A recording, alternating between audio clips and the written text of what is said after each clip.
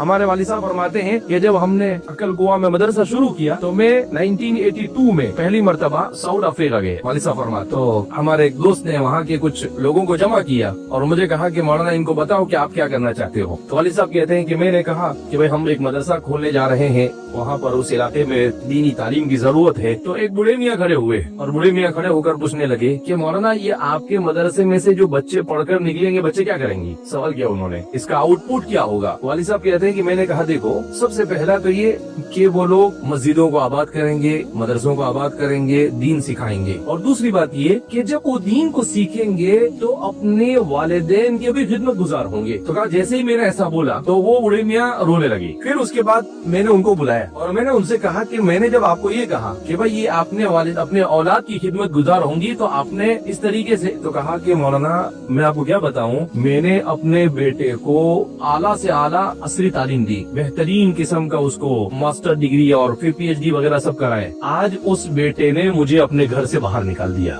تو اب میں سوچتا ہوں کہ اس کو یہ دنیا پڑھا کر میں نے کیا کیا, میرے تو کچھ کام آئے نہیں, نہ دنیا کے کام کا نہ آخرت کے کام کا.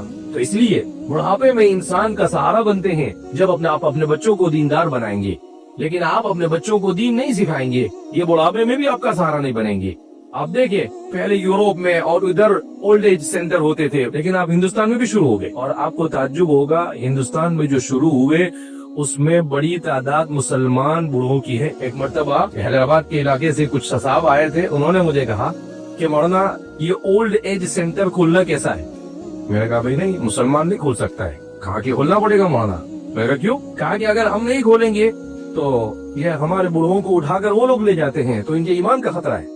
تو میں نے کہا مسلمان تھوڑی اپنے ماں باپ کی, مسلمان تو خدمت کرتا ہے. کہا نہیں مولانا اب زمانے بدل گئے.